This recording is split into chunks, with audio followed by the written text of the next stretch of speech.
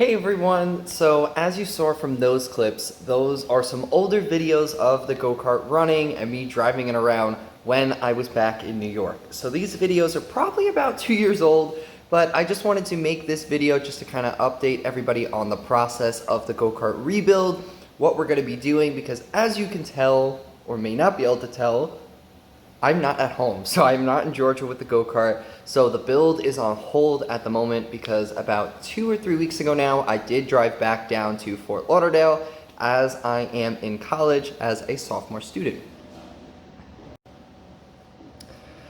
The go-kart has always had some issues, and as you can probably tell from some of these clips, the go-kart actually looked to be in pretty good shape, as I did do another little restoration back when I was in middle school, beginning of high school, and as you can see, like I painted the air filter cover and I had all the plastics kind of there.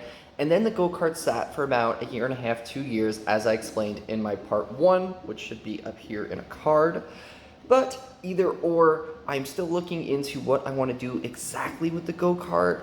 Hopefully, I'll be able to fix this motor. If not, this summer, I definitely plan on swapping the motor if I can't fix this one. Overall, I really hope you enjoyed this super short video, a little flashback for myself. But if you enjoy content like this and you enjoy seeing me, make sure to comment, like, and subscribe. And if you guys have any tips, I will definitely take them because I need to get this go-kart back into running shape. So I'll talk to you guys in the next one, but have a great day. Bye.